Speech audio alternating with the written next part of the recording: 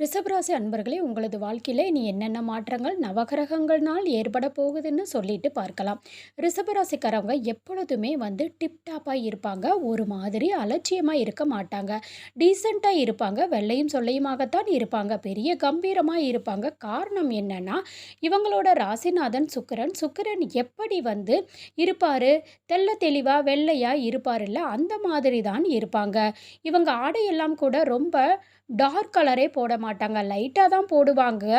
மென்மையா இருப்பாங்க. இதையெல்லாம் இவங்க ராசிநாதன் கொடுத்திருக்கிறதாங்க. இதெல்லாம் இயல்பா வரும். இதெல்லாம் யாரும் மாத்திக்க கிடையாது. இவங்கெல்லாம் முயற்சி பண்ணி செஞ்சுக்கிட்டதும் நடக்கிறது. இதுக்காக மத்தவங்க என்ன பண்ணுவாங்க? பொறாமைப்படுவாங்க. எப்போ பார்த்தாலும் இவங்க பளிச்சுன்னே இருக்கிறாங்கப்பா.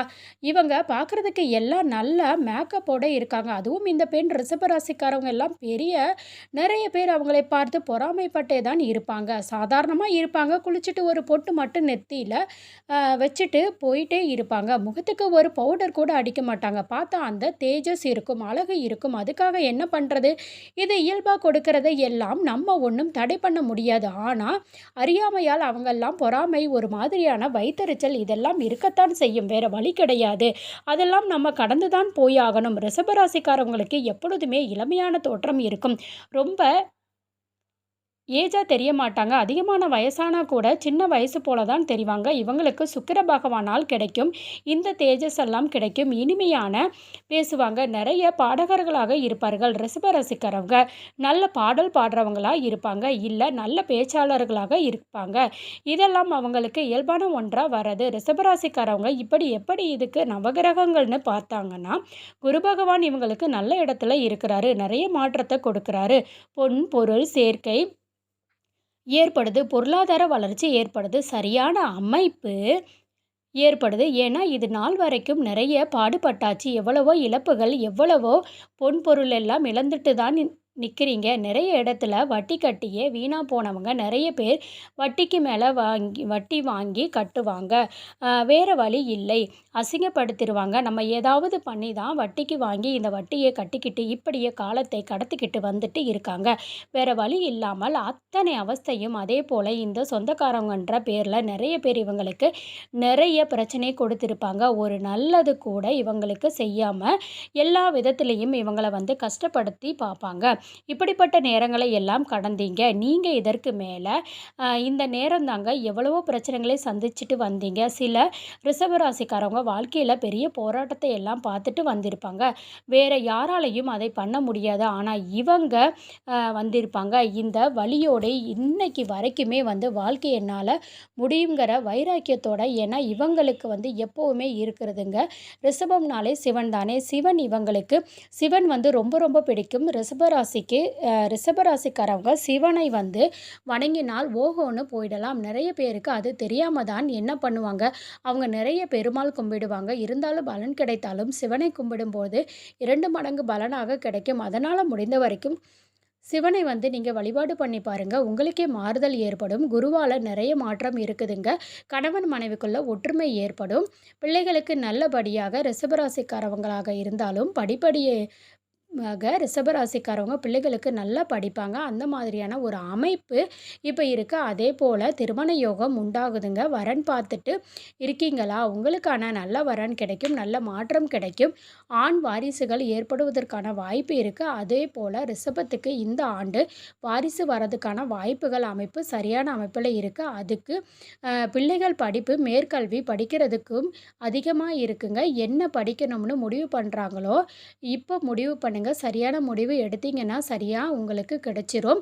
நல்ல அமைப்போட தான் இருக்கீங்க. அரசாங்கம் பணிக்கு வேலைக்கு எழுதலாம். குரு பகவான் உங்களுக்கு சப்போர்ட் பண்ணிட்டு இருக்காரு. தொழில் வளர்ச்சி, வேலை வாய்ப்பு, கடல் கடந்த வேலை வாய்ப்பு, இதை வாட்டி உங்களுக்கு சக்ஸஸ் அமைப்பில் தாங்க இருக்குது. சந்தோஷமாக தான் இருக்குது. பயன்படுத்திக்கக்கூடிய காலகட்டத்தில் இருக்கிறதுனால நல்லபடியாக வெற்றி உங்களுக்காக தாங்க இருக்குது. செவ்வாய் உங்களுக்கு சுமாரான பலன்களை தாங்க கொடுத்துருக்கு.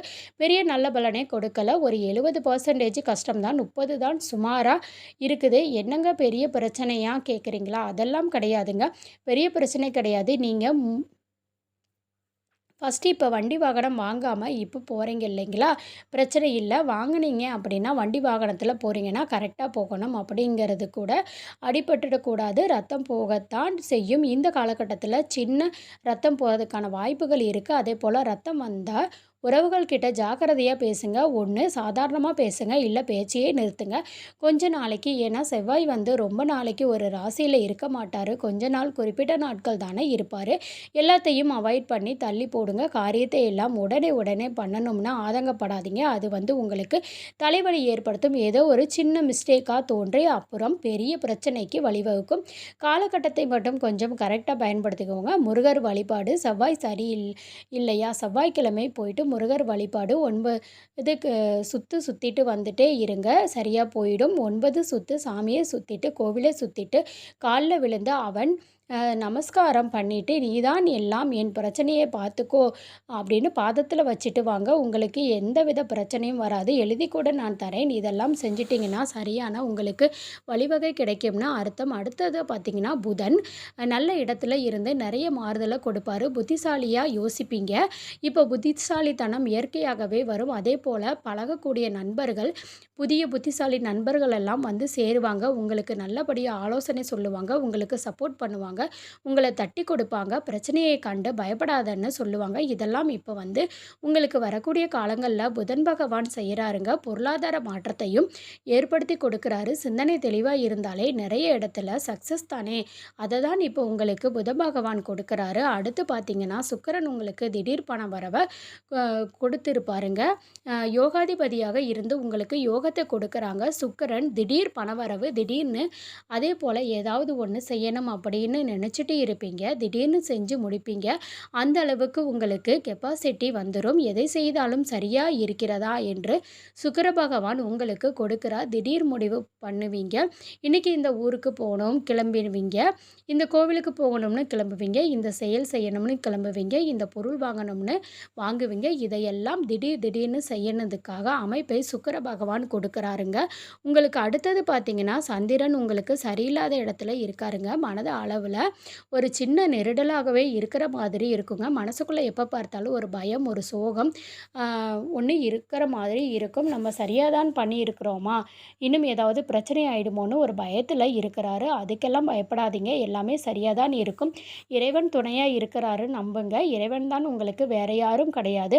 அப்படி இருக்கும்போது ஏன் பயப்படணும்? எவ்வளவு பிரச்சனை பார்த்தாலும் நீங்க சின்ன விஷயத்துக்கு எல்லாம் பயப்படுறீங்க. பயப்படாதீங்க. தைரியமா இருங்க. அதேபோல வெள்ளிக்கிழமையில மல்லிகைப்பூ வாங்கி போயிட்டு சாமிக்கு சாத்துங்க. அம்மன் தெய்வங்களுக்கு நீங்க சாத்துனீங்கன்னா, கூடிய விரைவில சந்திரனால உங்களுக்கு பிரச்சனையே வராது. அது பௌர்ணமி எல்லாம் செய்யும்போது இன்னும் விசேஷம். அதேபோல பௌர்ணமியில குலதெய்வ கோயிலுக்கு போயிட்டு வாங்க. நைட் அங்க வந்து அர்ச்சனை செய்யுங்க. விசேஷங்க. அதெல்லாம் ரொம்ப சிறப்பான ஒண்ணு. மாற்றத்தை கொடுக்கும். சந்திராஷ்டமத்த அன்னைக்கு அதேபோல ஜாக்கிரதையா இருக்கணும். தினமும் எந்த முடிவும் எடுக்காதீங்க. அந்த நாட்கள்ல இயல்பா விட்டுடணும். எப்படி எப்படி நடக்குதோ அதே போல இருக்கணும். கோபம் வரக்கூடாது. டென்ஷன் ஆகக்கூடாது.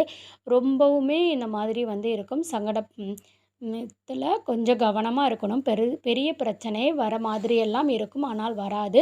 அதேபோல அன்றைய தினம் விநாயகரை வந்து வழிபாடு உங்களுக்கு சிறப்பான வழிங்க. அருகம்புல்லில் 11 அருகம்புல் போயிட்டு விநாயகர் பாதத்துல வச்சுட்டு, "நீ எனக்கு துணையா இருன்னு" தோப்புக்கரணம் போட்டுட்டு வாங்க. வாழ்க்கையில பிரச்சனையே வராதுங்க. உங்களுக்கு பெரிய பிரச்சனை எதுவும் வராது. அடுத்து பார்த்தீங்கன்னா, சனி பகவான் உங்களுக்கு நல்ல இடத்துல இருந்து நிறைய மாறுதல கொடுக்குறாருங்க. லாபமாக வராரு. எதை செய்தாலும் லாபம் தொட்டது தொடங்கும். தொழில் வளர்ச்சி லாபகரமாக இருக்கும். ஏற்படும். ரூ. 1 போட்டு தொழில் தொடங்க போறீங்க அப்படின்னா, நிச்சயமா அதற்கான பலன் உங்களுக்கு நல்லா கிடைக்கும். 1க்கு 2ஆ வந்து வரும். அதேபோல ஏதாவது ஒரு ப்ரமோஷன் இல்லாம இருக்கு. ஆஃபீஸ்ல நான் இதுவரைக்கும் எதுவுமே வந்து செய்யாம நான் மட்டும் வேலை பார்த்து செஞ்சுட்டு இருக்கேன். போயிட்டு இருக்கேனே! எனக்கு எதுவும் கிடைக்கல. மாறுதல் ஏற்படுது. ப்ரமோஷன் கிடைக்கும். சம்பள உயர்வு கிடைக்கும். செய்யிற இடத்துல மாறுதல் ஏற்படும். உங்களுக்கான மரியாதை, அங்கீகாரத்தை கிடைக்க வைக்கிறார் சனி பகவான். எது எடுத்தாலும் லாபம் தான். சாதாரணமாக ஒரு ஊருக்கு போயிட்டு நல்லபடியா கோவிலுக்கு போயிட்டு வருவீங்க. லாபத்தோடு வருவீங்க. குழந்தைகளிடத்தில் அன்பா இருப்பீங்க. உங்க குழந்தைகளும் நல்ல படிப்பாங்க. இதையெல்லாம் சனி பகவான் சரியான அமைப்பில இருந்து மாறுதலை கொடுக்கிறார். தொழில் முன்னேற்றம் ஏற்படும். பொருளாதார வளர்ச்சி ஏற்படும். எங்கேயோ இருந்து உங்களுக்காக வந்துக்கிட்டே இருக்கும். ரொம்ப கஷ்டப்பட்டே இருப்பீங்க. அங்க இருந்து வரவே வராது. நினைச்சிப்பீங்க. அங்க இருந்து வரதுக்கான வாய்ப்புகள் இருக்கு. உங்ககிட்ட வாங்கினவங்கெல்லாம் திருப்பி கொடுத்துருவாங்க. பணத்த பயப்படாதீங்க. அதேபோல அடுத்தது பார்த்தீங்கன்னா, ராகு கேது உங்களுக்கு நல்ல பலன் தாங்க இருக்காங்க. தப்பு கிடையாது. ராகுவால் பெரிய மாற்றம் வந்து ஏற்படுங்க. பொருளாதாரத்தையும் கொடுக்குறாரு. மனோதைரியத்தையும் கொடுக்குறாரு. மனசை ரொம்ப தெளிவா வச்சுக்கங்கன்னு சொல்றாரு. அழுத்தமா செயல். அதுக்காக மன அழுத்தத்துக்கு போயிடாதீங்க. எந்த ஒரு செயல் செய்தாலும் உடனடி முடிவெடுக்காம அமைதியா நிற்கிறதாங்க அழுத்தம். பேசாம இருப்பாங்க. இன்னைக்கே வந்து செஞ்சுதான் ஆகணுமா? ஏன் ஒரு நாள் தள்ளி போட கூடாதான்னு நினைப்பாங்க. அந்த நினைக்கும்போது நிறைய மாறுதல் கிடைக்கும் நம்மளுக்கு. இன்னைக்கு இதை வாங்கி தான் ஆகணும். நீங்க வாங்காம அத திருப்பி உங்களுக்கு பயன்படுமா? படாதான்னு தெரியாது. நாளைக்கு வாங்குவோம்னு கொஞ்சம் தள்ளி போடுங்கன்னா உங்க கையில பணம் பத்திரமா இருக்கும். வீண் விரயத்த வந்து தடுத்துடுவீங்க. இதையெல்லாம் உங்களுக்கு ராகு பகவான் வந்து கொடுக்குறாருங்க. அடுத்தது பார்த்தீங்கன்னா, கேது பகவான் இது நாள் வரைக்கும் எத்தனையோ இடத்துல நிறைய பிரச்சனைகள வந்து சந்திச்சுப்பீங்க. தேவையில்லாத பிரச்சனையெல்லாம் வரும். உங்களை பார்த்தா உடனே வந்து பொறாமைப்பட்டு சண்டை போட்டவங்க எல்லாமே வந்து அடங்கிடுவாங்க. கேது பகவான் அடக்கிடுவாரு.